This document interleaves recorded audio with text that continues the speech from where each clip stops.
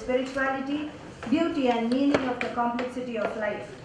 This observation by the great literary genius Tennessee Williams aptly sums up the life of Dr. Jebamalai Viranchi Arachi. Distinguished dignitaries on and off the dais, I have been entrusted with the pleasurable task of welcoming all those who have graced us at this nostalgic moment with their valuable presence. I said nostalgic as the book In Joy and Sorrow is a saga of the life of a very down-to-earth man, where he literally makes a sentimental journey down memory lane as he rose from the fringe of society to the corridors of the UN, the biggest policy-making body of the world. We get a glimpse into the lives of a generation of people whose life story is set in a very lyrical and magical language which portrays and interprets challenging conditions in the life of an ordinary family. The narrative was so engaging that it is like a work of fiction where the narrator stands out along with the reader and watches life as it passes by. The narrator, Jebamalai, could be any man or every man. With these few words, let me embark on my duty of welcoming the benevolent presence in our midst, our very own personal pride, the father and head of the Malangara Archiepiscopal Syrian Catholic Church and the patron of the Marivanis Vidyanagar group of institutions, His Beatitude, His Eminence Cardinal Cleemis Catholicos. Today, as we all know, he has become the secular divine voice of Trivandrum. It's a very rare honor to have the Cardinal to be present here to release the book amidst his very busy schedule. And for the author, it is his most priceless reward to have his biography released by the Cardinal, whom, to quote his words, he considers next only to God. On behalf of the author, and on my very own personal behalf, I very humbly extend a respectful welcome to His Beatitude.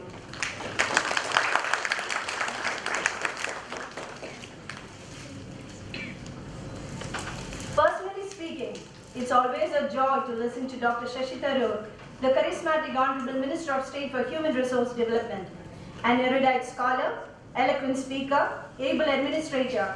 He's a very familiar face who has endeared himself to the people of Kerala, taking the pride of Kerala across borders.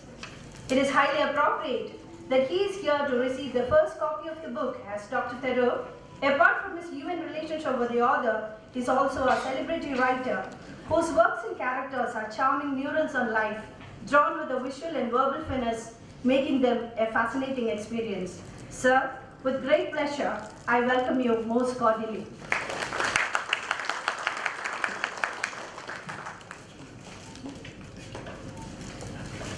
To introduce the book, we have with us the scholarly academician Sri T.P. Sreenivasan, the former Ambassador of India and presently the Vice Chairman and Executive Head of the Kerala State Higher Education Council.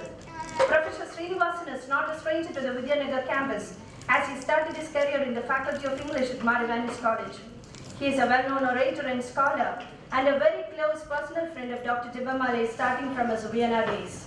He has also authored 3 books, one on the UN campaign of Dr. Shashi Tharoor, making his presence here very apt. He is a father figure for me, making it a pleasure to welcome him most cordially to this function.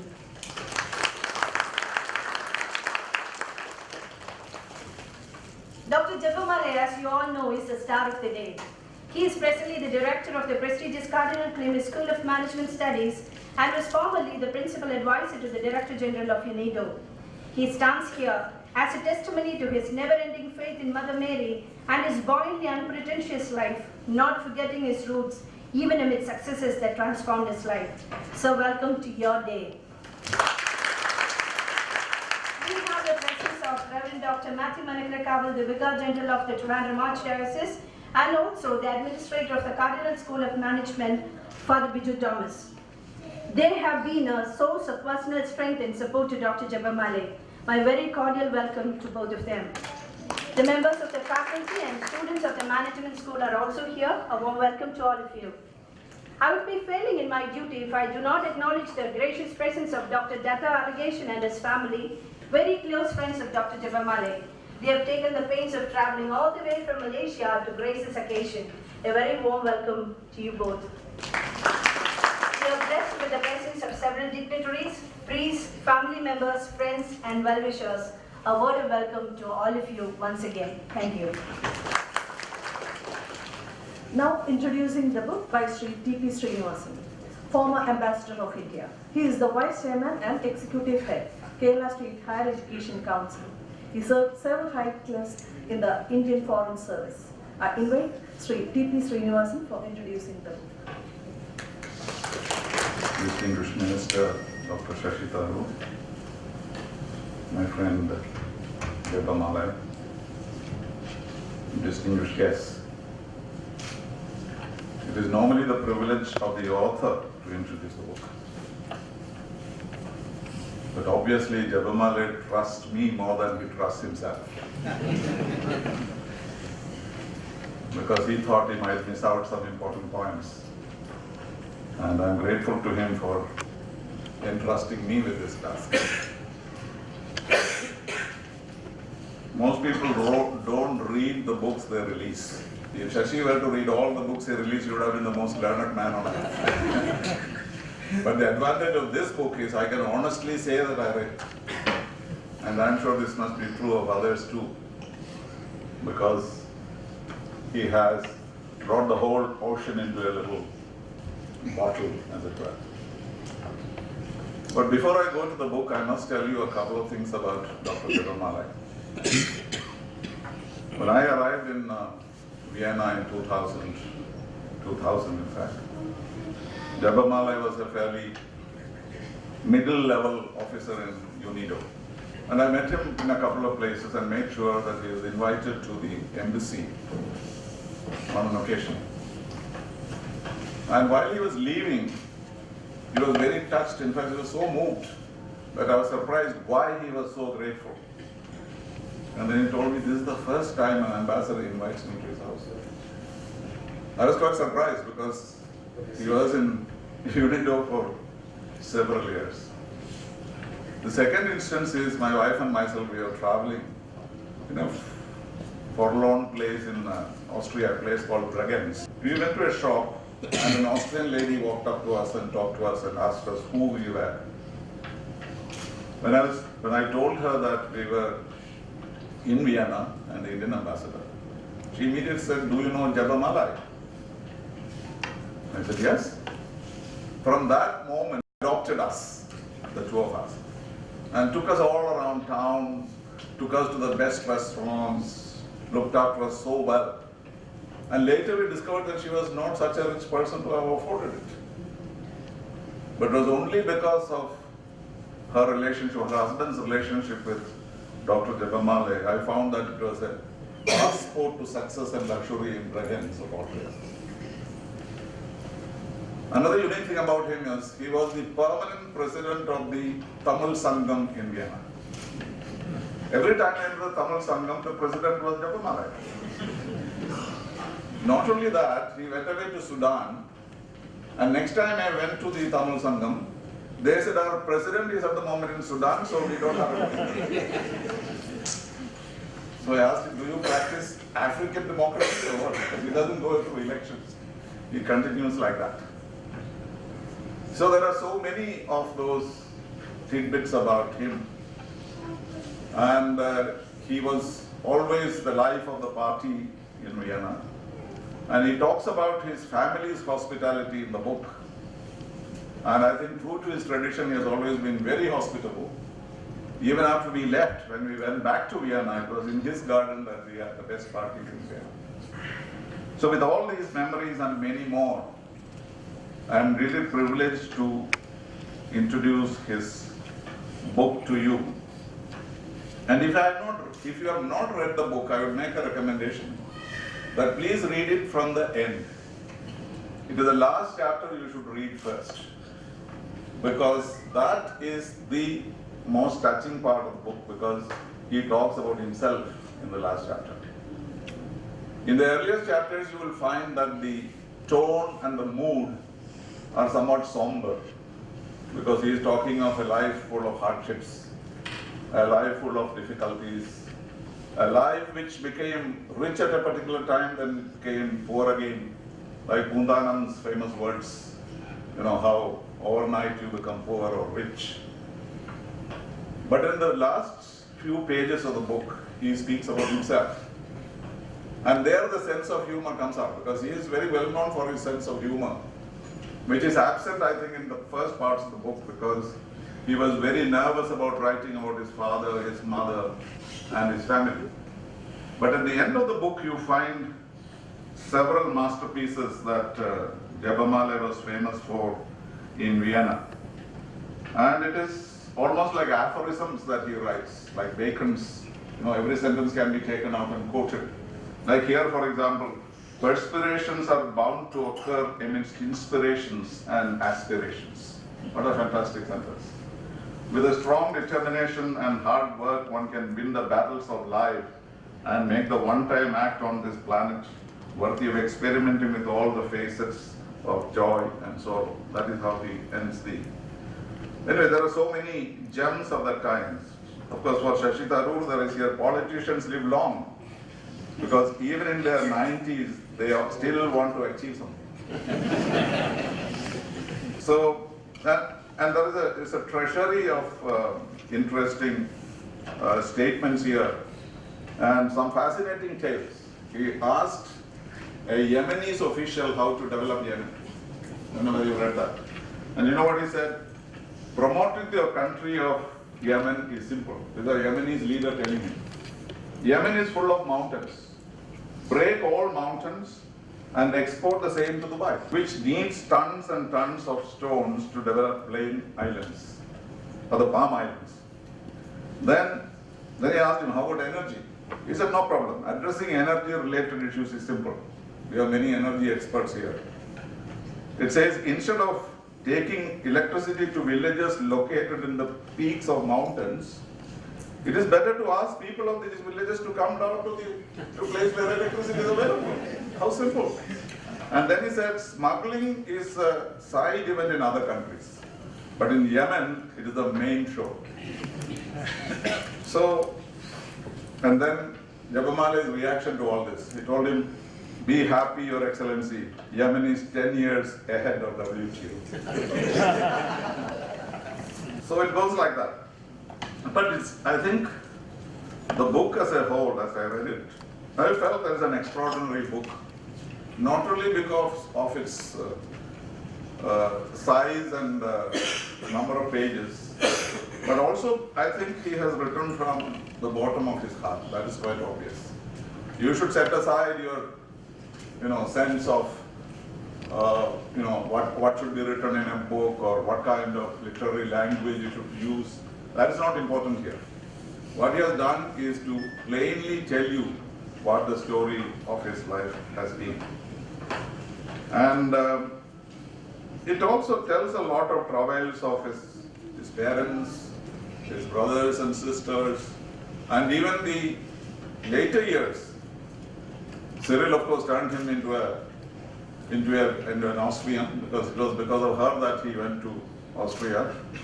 And even she had suffering. Apparently, I did not know that she had back pain, which troubled her all her life. And even his daughter went through a lot of problems. But in spite of all this we did not see in him. So that means he was able to overcome those hardships and problems. And somewhere he says that compared to the suffering of another person, my suffering was nothing. Book of Job, what else? Because if you read the book of Job, you will know that you don't suffer because you have committed any crime.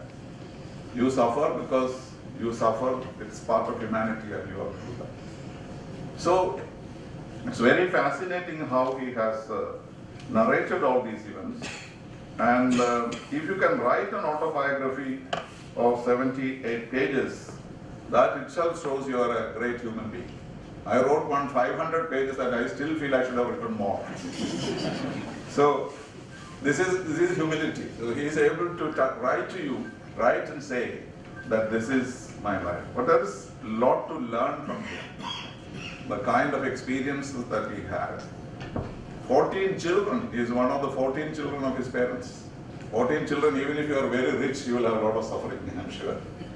But he has been able to look at it, and I think the purpose of this book is normally autobiographies are meant to blow your own trumpets. You say, who else will blow my trumpet if I don't do it? That's not what he is doing here. It is with humility, it is with a sense of duty, and the fact that story of families or story of men. So he has really made a big contribution. He is an economist. Even the way he went into economics is a very interesting story. He tried various subjects in the university, tried to get this admission, that admission, and he didn't qualify for anything. Then the principal said, there is a refugee department here, why don't you go there? And that was the economics department. These days, to get into economics, you have to work very hard, but those days I did. I do not want to deny you the pleasure of reading the book yourself, but I think it is an experience worth having. And to see that how somebody can overcome so many of his problems, so many of his difficulties, and still retain a sense of humor. When he gave me this book, he wrote on it, Ambassador, with best compliments, hope you will not like my book more than me. And the answer is not that I love the book less, but I love Jebamalai more. Thank you very much. Next is the book release. His Eminence Cardinal Cleemis. I invite His Eminence for the speech and releasing of the book. Respected Minister Dr. Shashi Tharoor, Dr. Sreenivasan, Dr. Jebamalai, Dr. Manakarakavil, dear friends. Dr. Sreenivasan has done his duty marvelously well.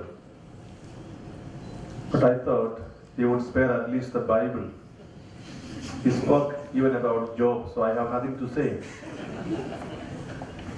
He has beautifully described the attempt and the rationale of the book by Dr. Jebamalai, especially the context of today's challenging family system, a code that cannot be broken, set apart by the Divine Master.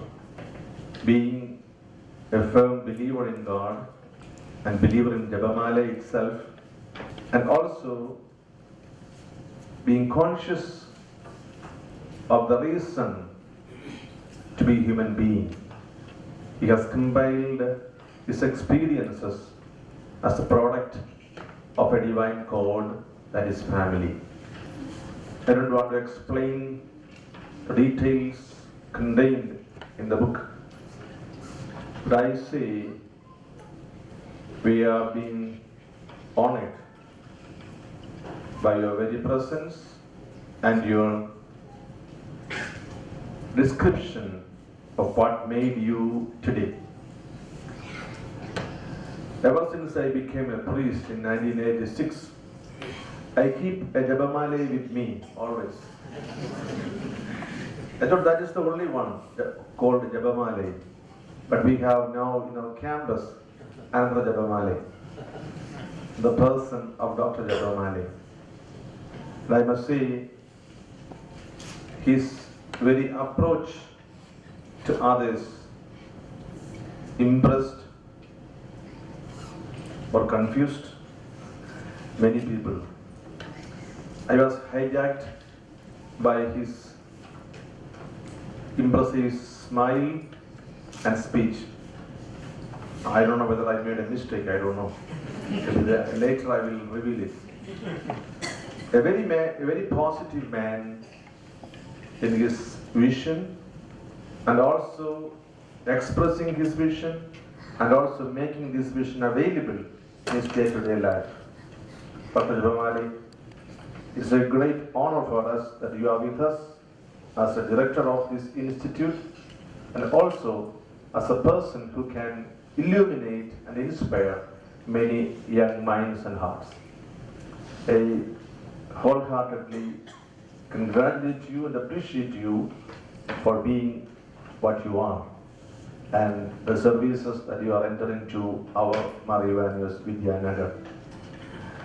We have with us Dr. Shashi Tharoor, a person, I don't say he's self-made, but made with different compositions, in the sense, hard-working, a deep confidence, and also combining all the gifts that the Lord, the Almighty, has given him, relating with the other people. As he was in the UN, it has been explicitly visible in his attitudes. Dr. Sreenivasan, I met him in New York long time back. But I must tell you the truth, he still impresses me. He inspires very many young people in our state and country because he doesn't get old.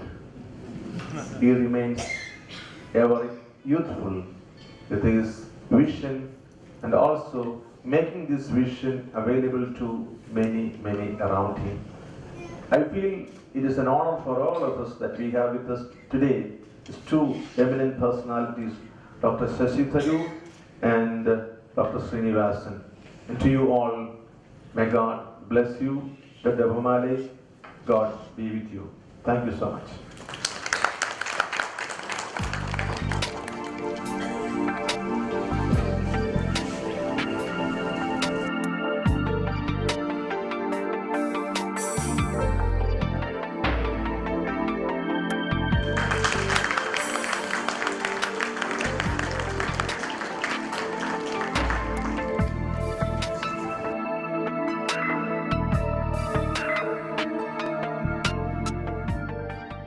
I invite Dr. Shashi Tharoor, Hon'ble Minister of State for Human Resources Development and Member of Parliament for Tripura, to receive the first copy of the book and speak a few words. Your Eminence, His Holiness the Archbishop Cardinal Cleemis, our own Cardinal here at Thiruvananthapuram, Ambassador T.P. Sreenivasan, very, very old friend, and yes, I can't call him an old friend because he's a perpetually young friend. Our former ambassador and very distinguished founder and animator of the Kerala International Centre at Thiruvananthapuram, which those of you with an international sensibility should certainly join at the first opportunity. Dr. Jebamalai, who's the star of the evening and who has written this fascinating book. Shirley Stewart, Shirley Suresh, I now realize, congratulations. Well, congratulations then on the marriage and on the change of name, because I used to get invitations from her to address Margaret and your son to the name Shirley Stewart. So I'm assuming that either you've had a recent marriage or the husband has become recently more important to you. Friends, ladies and gentlemen, it really is a pleasure to be here, and forgive the irreverence. Professors must be teased occasionally because one of the besetting sins of most professors is they always take themselves too seriously. But I don't know Professor Jebamalai because he worked in Vienna and I worked at the United Nations in New York and Geneva, and so our paths didn't cross until today.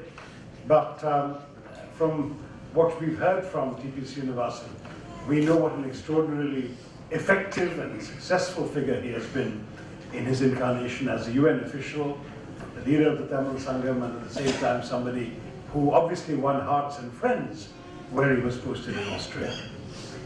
Here in Thiruvananthapuram, he has come to run this spanking new institute, which I must say is architecturally very attractive, and I can see from this room here, is already thinking very much in 21st century terms. So it's a good thing that we have an internationally minded figure heading this management institute named for our Cardinal, our beloved Cardinal Cleemis here.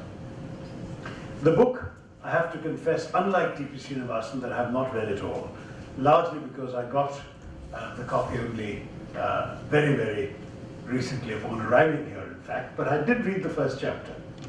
And I must say that sometimes you can tell. I remember Kushwant Singh, when he was editing the Illustrated Weekly, was notorious for rejecting articles and stories submitted to him.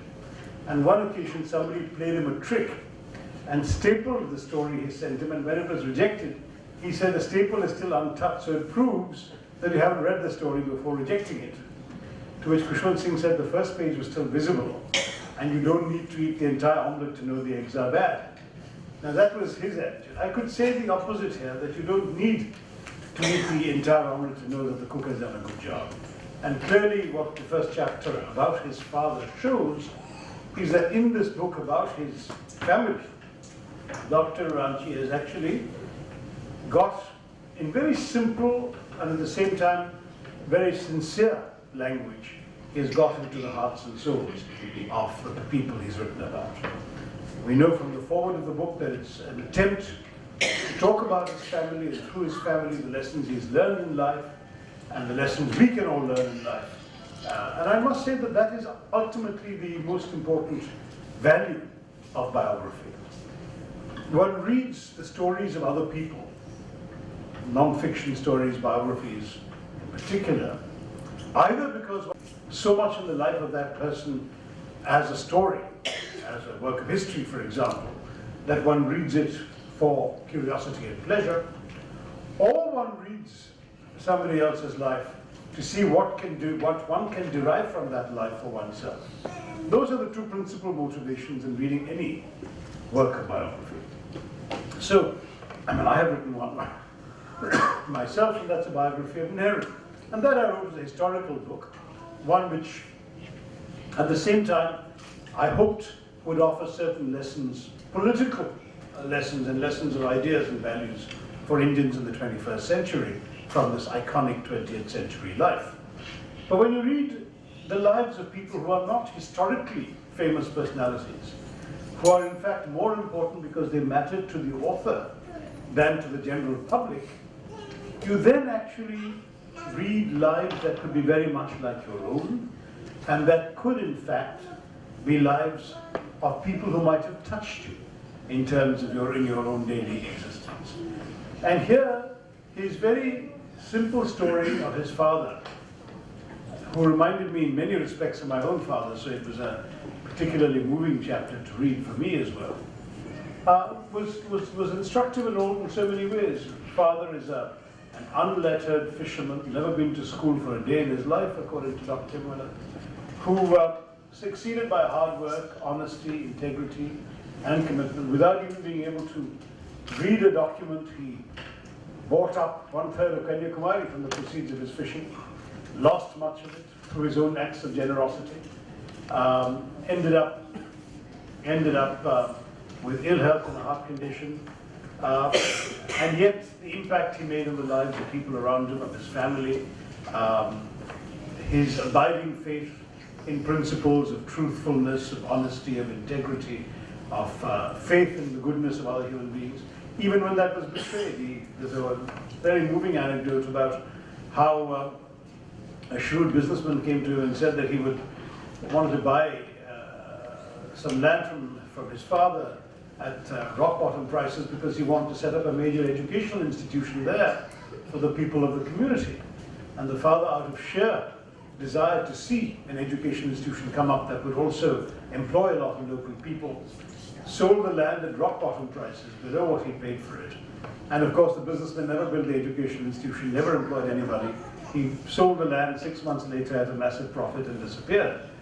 And yet, Jebamalai, Dr. Aranchi's father, though feeling betrayed obviously by this, never lost his faith in the basic goodness of human beings and the view that goodness will always prevail against injustice. And as I said, my own father had this very similar attitude in life, and I must say that reading about it for me was particularly moving for that reason. But there is a nice ending to this particular story, because the case that his father was fighting when he passed away of a heart attack, and which was then lost after his death, as the father feared it would be, was won on appeal by the family in the High Court, and justice did prevail. So there is some satisfaction coming from the fact that a good man believed in the goodness of others, believed that being good will get you justice in the end, and in this particular case, it did win justice for his family. And that, I suppose, in some ways is a sort of consolation that real life too often denies to many of us. So if that story of his father is anything to go by, I'm sure that the remaining chapters of the book about other members of his family will be equally interesting. I do want to commend what I've read so far for being clear, for being simply written, for having manifested a total sincerity of purpose, and I want to congratulate Dr. Aranchi for having led the life that he has led, inspired by his own family origins, and that he has now come to our city, to Thiruvananthapuram, to contribute his expertise, his international experience, and the values he has learned from his father to this institution under the guidance of our wonderful Cardinal Cleemis. The values of the church are also very much, obviously, the values of this institution, and the fact that Dr. Jebamalai will live up to his name and be an accessory to prayer, as it were, quite literally, has emerged from the Cardinal's pocket. That too, I'm sure, will be one of his many contributions to this city. So welcome to your new functions. Congratulations on the book. May it find the readership it deserves, and may the lives led by your exemplary family inspire many others to goodness as well as happiness. Thank you very much. Thank you, sir. Now, vote of thanks by Dr. Jebamalai, former Principal Advisor to the Director General of United Nations Industrial Development Organizations, Vienna, Austria. Currently, he is the Director, Cardinal Cleemis School of Management Studies, Thiruvananthapuram. He has authored several journals, articles, books, and reports. His latest book is In Joy and Sorrow.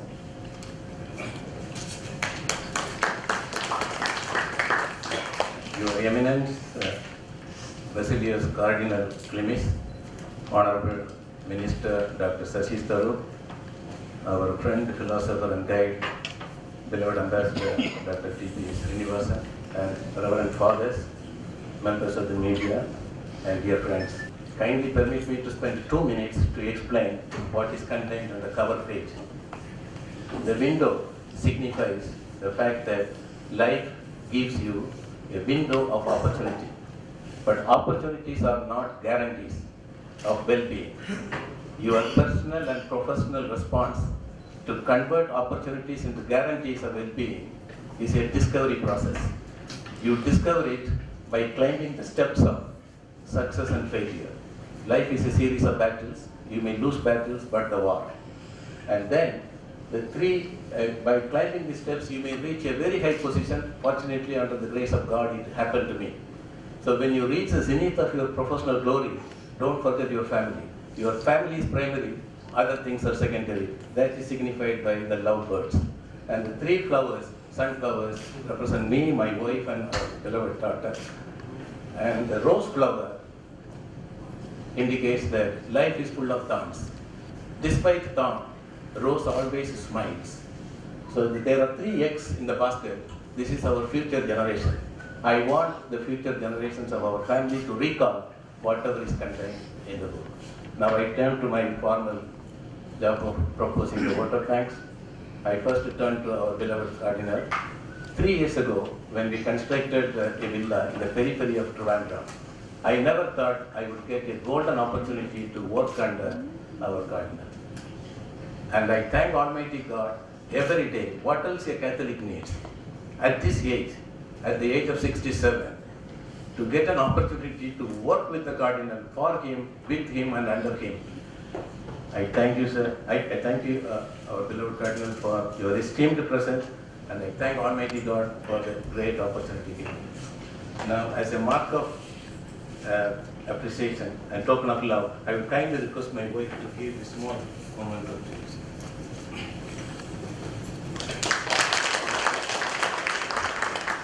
Now I turn to Dr. Shashi Tharoor, a person imbued with a mastermind of a rare order, very rare order.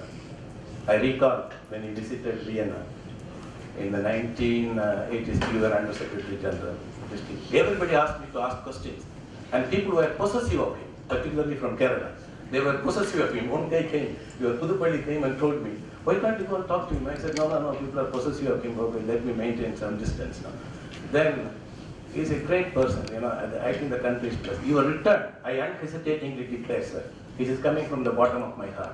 Your return from the UN to our country is India's intellectual fortune, no exaggeration. And recently, I would say that recently I met him at the Taj Hotel, and he asked me, he said the following, now that you are settling down in Trivandrum, get your name registered in the voters list. The implication was very clear. So as part of my vote of thanks, I will vote for you.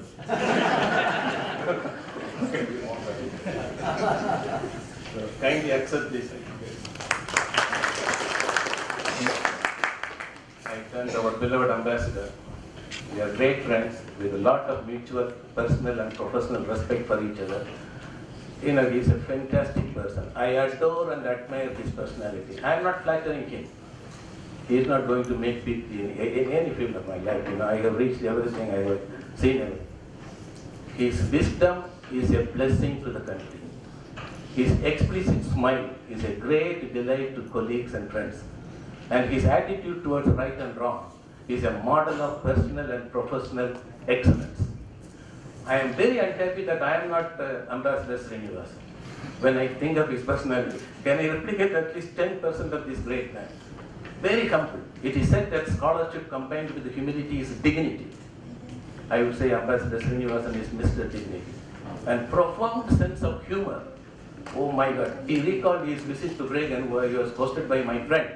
Upon returning to Vienna, he said, Jebamalai, we enjoyed the hospitality of your friend. Is there any other friend anywhere else in the world? Please tell us. We will go and enjoy it. Such a great person. Sir, I thank you, sir, from the bottom of the heart. Still, you can keep. One friend with his wife has come from Malaysia, Dr. Dato' Alagation. Dato' means Padmasri in Malaysia. And he is a world-renowned expert on creative and innovative education. He has come with him, Dr. Alagation and Mrs. Prabha Alagation. Another friend has come all the way from Dubai, Dr. Sanu Matthew. I thank them profusely. I thank everybody and the organizers. Madam Shirley, my God, you did a fantastic job. I was virtually stunned to silence. I have never seen you in this form. Thank you very much for adding to the decorum of the event. And Madam Sheila Rajagopal for playing the role as a compare, and members of the media and everybody. I thank you from the bottom of the heart. Thank you.